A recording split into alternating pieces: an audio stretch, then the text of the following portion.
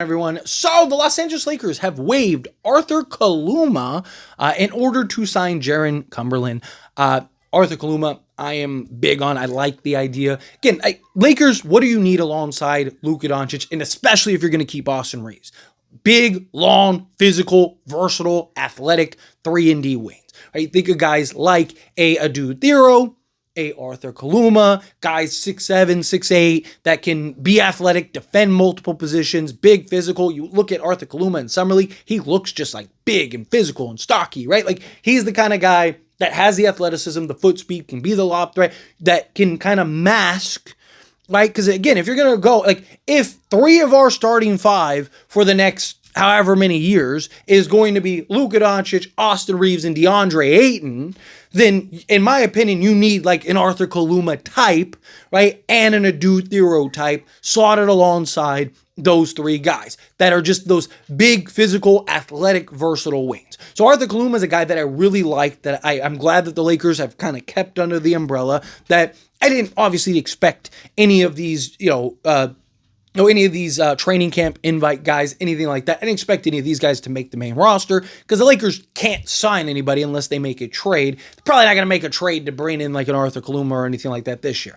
right? So to me, it's just like, yeah, keep Arthur Kaluma under the Lakers banner.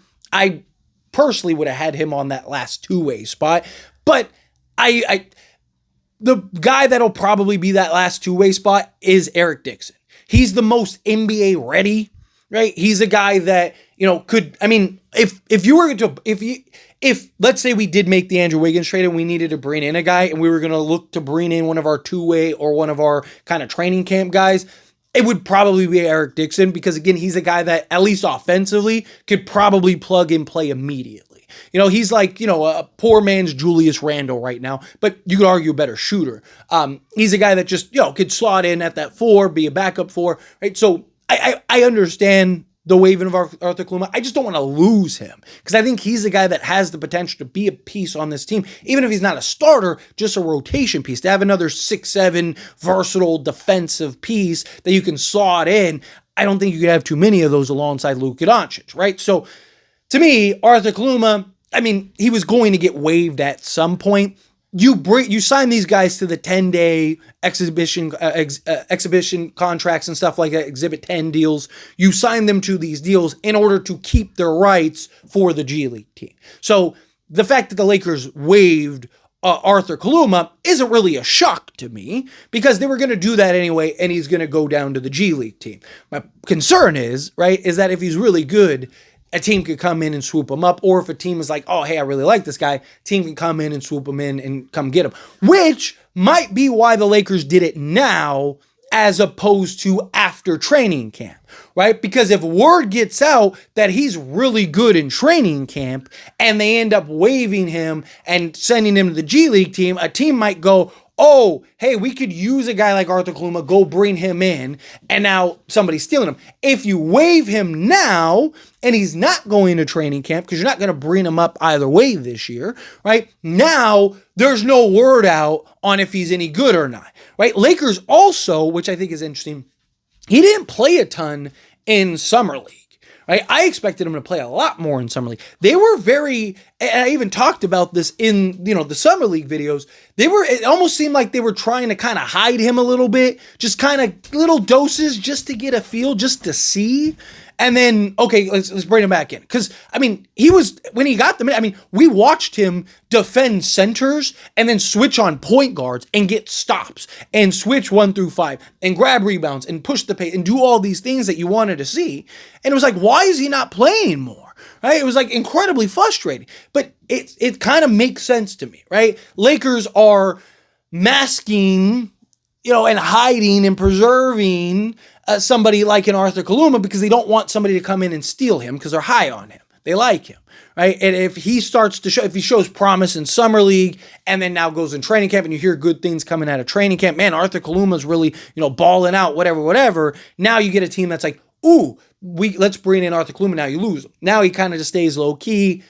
He's going to do whatever he's going to do in the G League, and then now you can look to bring him on a two-way or the main roster next season. So, not going to lie, I actually kind of like this. I actually prefer it this way. At first, I was kind of like, why? Like, why are you doing this? But then, started to make sense. But they replaced him, Jiren Cumberland, who is a 6'5", kind of combo guard, athletic, versatile, makes some plays. Don't really have anything on him NBA-wise that's noteworthy. But looking at him in the G League, again, this is something that's probably, because he played with the Delaware Bluecoats. This to me feels like, again, another bring him in. I wouldn't be shocked if he gets waived in a couple days or whatever. But to me, I think this is just kind of like, bring him in and then let's get him on the G League team. He's also older. He's 28.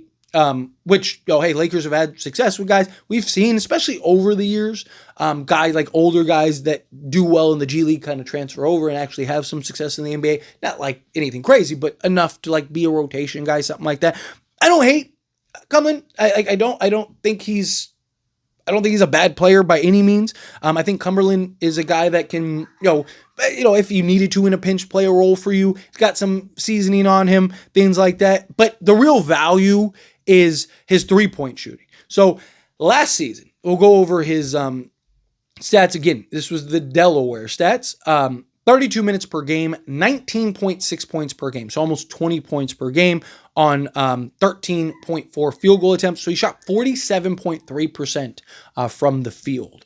Three-point range is where he really, he's accelerated, skyrocketed the last year. Last year, on 6.6 attempts, so almost 7 attempts, he shot 46.1% from three-point range. And the reason I say he skyrocketed, right? The most he ever shot in a season was 3.3 attempts, and that was in the 2021-2022 season. 3.3 attempts and skyrocketed to 30%. So from 30% to 46%. So a 16% jump. The second best season that he's ever had shooting the basketball was 33% on 1.5 attempts. So he really took some significant strides last year shooting the three ball and being that kind of off-ball catch-shoot three-point shooter, as well as a guy that can play on ball. He averaged 5 rebounds, 5 assists. So he's a good rebounder at his size. The idea, right, is he's a Josh Hart with a better three ball. That's the goal. That's the hope, right? Again, 6'5", versatile, athletic, a guy that can be a 3-and-D style guard, initiate the offense, make plays in a pinch if you need to, right? Like I said, he averaged 5 assists a game, can rebound the basketball, get after it, got a good nose, good feel for the basketball, good hustle guy, good energy guy, play defense, do all those things. He averaged 1.5 steals and a full block last season. So defensively good there. And you look at, every year he's averaging the last 3 seasons, right? He's averaged basically a block a game and at least 1.5 steals a game. Last season, 2023 or previous season, 2023, 2024, he averaged almost 2 steals a game. So again, a guy that can be and slot in at either guard position. Honestly, in theory, right? Because we don't really know how well he'll translate to the NBA level.